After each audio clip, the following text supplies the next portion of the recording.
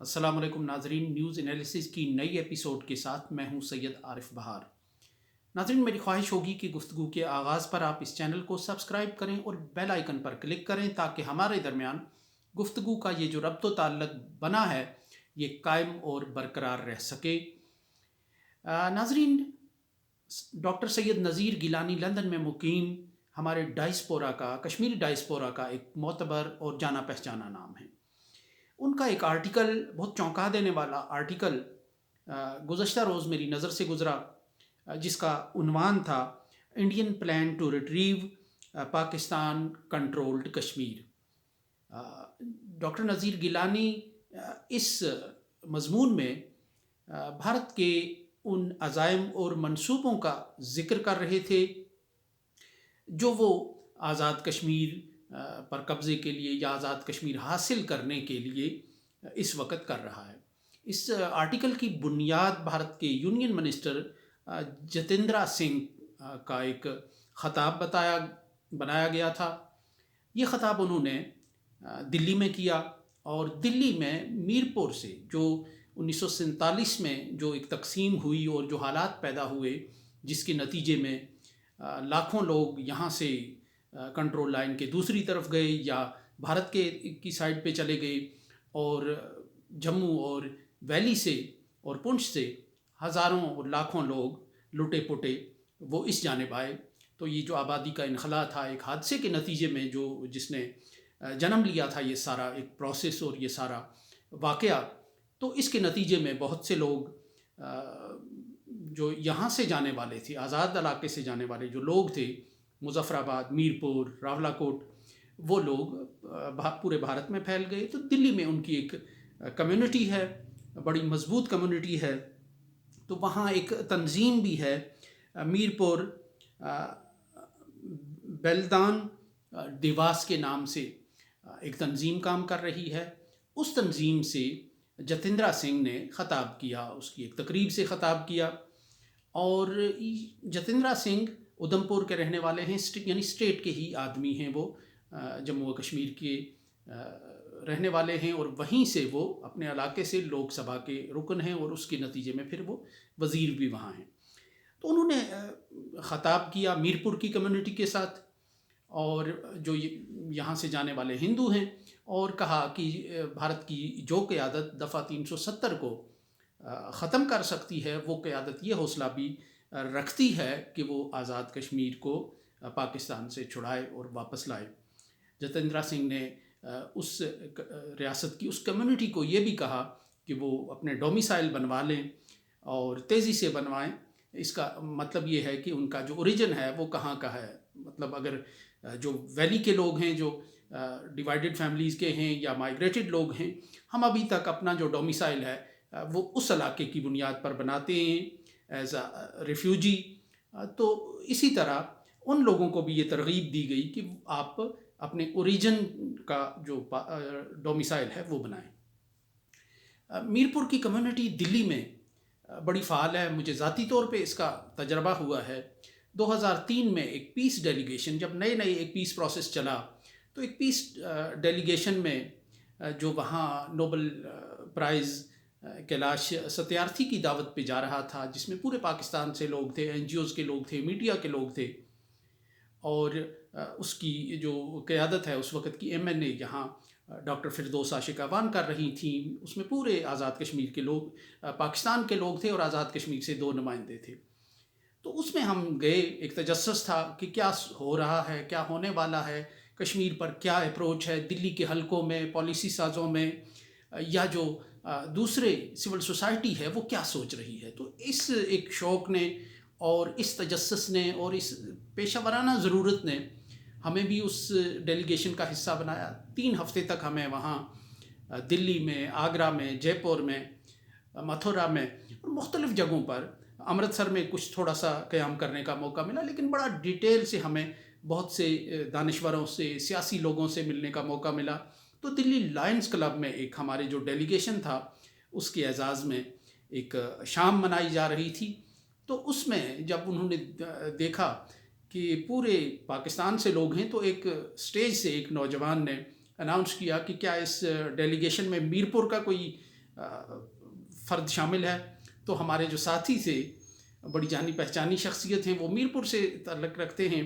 تو بتایا گیا کہ میرپور سے ہیں۔ پھر انہوں نے انہیں پھولوں میں لاد دیا اور وہاں سے نکالا، اور خاصی ان کی آؤ بھگت کی، گویا کہ وہاں کے لوگ ذہنی طور پر ابھی بھی اپنی اس آبائی علاقے کے ساتھ جڑے ہوئے ہیں، اور ان کو بہت زیادہ پھر پروٹوکول ملا میرپور کمیونٹی کی طرف سے۔ تو یہ کہنے کا مقصد یہ ہے کہ لوگ ابھی اپنے اپنے علاقوں کے ساتھ جڑے ہوئے ہیں۔ تو جو ڈاکٹر نذیر گیلانی صاحب کے اس آرٹیکل سے جس میں جتیندرا سنگھ کے اس دعوے کو بنیاد بنایا گیا تھا کہ آزاد کشمیر واپس لیا جائے گا، اس کے 2-3 دن بعد، یعنی ابھی کوئی دو چار روز پہلے، جو بی جے پی کے اسٹیٹ برانچ کے صدر ہیں رویندر رینا، وہ بھی مشہور نام ہے، اب سوشل میڈیا نے مزید مشہور کر دیا ہے، ہر شخص کو مشہور کر دیا ہے، تو وہ اکثر جموں میں بڑی بھڑکیں مارتے ہیں، بھڑاس نکالتے آتے ہیں، گرما گرم اور پرجوش تقریریں کرتے ہیں، اور جلاؤ گھیراؤ اور مارو اور مر جاؤ کی باتیں کرتے ہیں۔ وہ بھی اسٹیٹ کے آدمی ہیں، جموں کے علاقے سے ان کا تعلق ہے۔ تو وہ جب یہاں کنٹرول لائن کے قریب آئے، ٹیٹوال کے علاقے میں جو ضلع کپواڑہ میں ہے کشمیر میں، تو بالکل دریائے نیلم کے دوسرے کنارے پہ یہ قصبہ بہت خوبصورت ہے، بڑا مشہور ہے، اور سعادت حسن منٹو کا افسانہ ٹیٹوال کا کتا اگر کسی کو یاد ہو، اردو ادب سے دلچسپی رکھنے والے کو، تو وہ ٹیٹوال یہی گاؤں تھا۔ تو یہاں وہ آئے، دریائے نیلم کے کنارے پہ کھڑے ہو کے انہوں نے بڑی گفتگو کی، لیکن ان کا جو لہجہ اور ان کی تلخی وہ نہیں تھی جو جموں میں انہوں نے بیان کی تھی، یا جو ان کا انداز بیان یا طرز کلام ہوتا ہے وہ وہاں نہیں تھا۔ جب ایک رپورٹر بار بار ان سے پوچھ رہا تھا کہ آپ اس دریا کے اس پار ترنگا کب لہرائیں گے، اور یہ بار بار کرید رہا تھا، تو رویندر رینا نے بڑی چابک دستی کے ساتھ، مہارت کے ساتھ کہا کہ جلد ہی ہم یہاں بی جے پی کا جھنڈا لہرائیں گے۔ بی جے پی بہرحال ایک پولیٹیکل پارٹی ہے، اور پولیٹیکل پارٹی ہے، اور اس کے ساتھ کشمیری پنڈت وابستہ ہیں، اس کے ساتھ جموں کے لوگ جو ہیں ہندو وابستہ ہیں۔ اب مسلمانوں میں بھی یہ وائرس پھیلتا جا رہا ہے، تو ظاہر ہے بی جے پی ایک پولیٹیکل جماعت ہے، اور اگر اسٹیٹ کی بنیاد پہ کوئی فیصلہ ہوتا ہے تو کوئی عجب نہیں کہ بی جے پی کے جھنڈے اس طرف نظر آئیں، اور مسلم لیگ کے یا مسلم کانفرنس کے اور پیپلز پارٹی اور پی ٹی آئی کے جھنڈے دوسری طرف نظر آئیں۔ اور یہ کوئی ایسی بات نہیں ہے، کیونکہ کشمیر کے لوگ، اسٹیٹ کے لوگ ہی ان جماعتوں کے ساتھ وابستہ ہیں مقامی طور پہ۔ لیکن ترنگا لہرانا دوسری بات ہے، اور بی جے پی یا کسی سیاسی جماعت کا جھنڈا لہرانا، ان کے دو الگ الگ ان کے مفاہیم اور مطالب ہیں۔ تو جہاں تک نذیر گیلانی صاحب کے اس آرٹیکل کی بنیاد پہ، جتیندرا سنگھ کے اس دعوے کی بنیاد ہے، تو اس میں ایک اور نقطہ اٹھایا گیا ہے کہ ہم سیاسی طور پر، سیاسی ایجنڈے کی تکمیل کے لیے ہی آزاد کشمیر پر اپنا دعویٰ دائر نہیں کر رہے، بلکہ یہ ایک انسانی حقوق کا مسئلہ بھی ہے، اور چونکہ وہاں ہمارے جو بھائی ہیں یا جو آزاد کشمیر کے لوگ ہیں، وہ بڑی بنیادی صحت اور تعلیم کی سہولیات بھی نہیں رکھتے، تو اس وجہ سے ان کو ایک اچھی زندگی اور بہتر حقوق اور انسانی حقوق دینے کے لیے ہم سمجھتے ہیں کہ یہ کام جلد از جلد ہونا چاہیے۔ خواب دیکھنے پہ کوئی پابندی نہیں ہوتی، یہ بہرحال، اور ایسے مہنگے خواب اور ایسے مہنگے شوق پالنے کا بھی کوئی حد نہیں ہوتی۔ یہ تقریباً وہی اسٹریٹجی ہے یا ذہنیت ہے کہ جو وہاں بنگلہ دیش میں یا مشرقی پاکستان میں کہ عوام کو آزادی دلانے کے نام پہ اور ان کو حقوق دلانے کے نام پہ ایک جو کارروائی کی تھی، جس کے لیے ایک ماحول بنایا گیا تھا، لیکن بہرحال یہاں اس وقت سے آج تک پلوں کے نیچے سے بہت سا پانی بھی بہہ گیا ہے، اور کوئی مناسبت اور مطابقت بھی نہیں دونوں علاقوں کے درمیان۔ پاکستان یہاں کا کنٹرول جو ہے وہ اقوام متحدہ کی قراردادوں کے تحت سنبھالے ہوئے ہے، اور یہ ایک متنازع علاقہ ہے، اور اس کی حیثیت ہے، اس کی پہچان ہے۔ اور پھر طاقت کی بنیاد پر اگر فیصلے ہوں تو یہ بھی دنیا بہت بدل گئی ہے، اور اب وہ حالات رہے بھی نہیں کہ بھارت اپنا ایجنڈا طاقت کے ذریعے لاگو کرے، لیکن بہرحال اس سے ایک مائنڈ سیٹ کا پتہ چلتا ہے کہ ایک مائنڈ سیٹ ہے موجود، ایک ذہنیت موجود ہے، پنپ رہی ہے، پل رہی ہے۔ 370 کے بعد اب بھارت کی یہ خواہش ہوگی، بھارت کی یہ کوشش ہوگی کہ وہ آزاد کشمیر کو موضوع بحث بنائے، بجائے اس کے کہ وہ علاقہ سری نگر اور جموں کے علاقے موضوع بحث بنے۔ اس کے خاتمے کے بعد بھارت کی یہ کوشش نظر آ رہی ہے کہ وہ اس علاقے کو، اس کی جو لیجیٹمیسی ہے، اس کا جو وجود ہے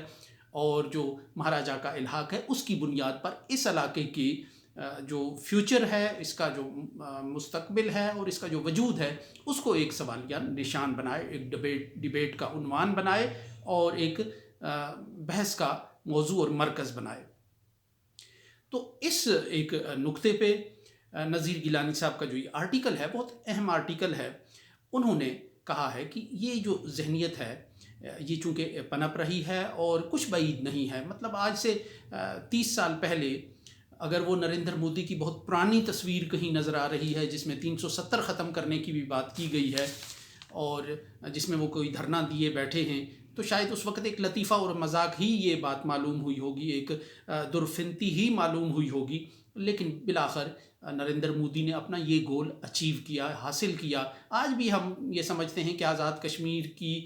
کے حصول کی اور حملے کی اور لوگوں کو ساتھ ملانے کی بات دیوانے کی ایک بڑھ ہے، لیکن بہرحال ایک مائنڈ سیٹ کا پتہ دے رہی ہے۔ تو اس میں اس پس منظر میں نذیر گیلانی صاحب نے جو اپنا آرٹیکل لکھا ہے، اس میں وہ یہ بات کہتے ہیں کہ اس پر آزاد کشمیر کی حکومت کو حکومت پاکستان کے ذریعے اور دوسرے تمام ڈائسپورا کے ذریعے ایک مشاورت کرنی چاہیے اور پروٹیسٹ کرنا چاہیے کہ پاکستان یہاں اس طرح ایگریسر نہیں ہے، بلکہ پاکستان ایک معاون رول ادا کر رہا ہے اور اقوام متحدہ کی قراردادوں کے تحت تفویض کردہ اپنا رول یہاں نبھا رہا ہے۔ اس میں خامیاں بھی ہو سکتی ہیں، اس میں بعد میں اس کی شکل و صورت بھی کسی حد تک بدل گئی معاہدہ کراچی کے نتیجے میں، لیکن بہرحال اس میں بھی اقوام متحدہ کا ایک رول ہے اور یہ اس بات پر، اس ذہنیت پر ایک احتجاج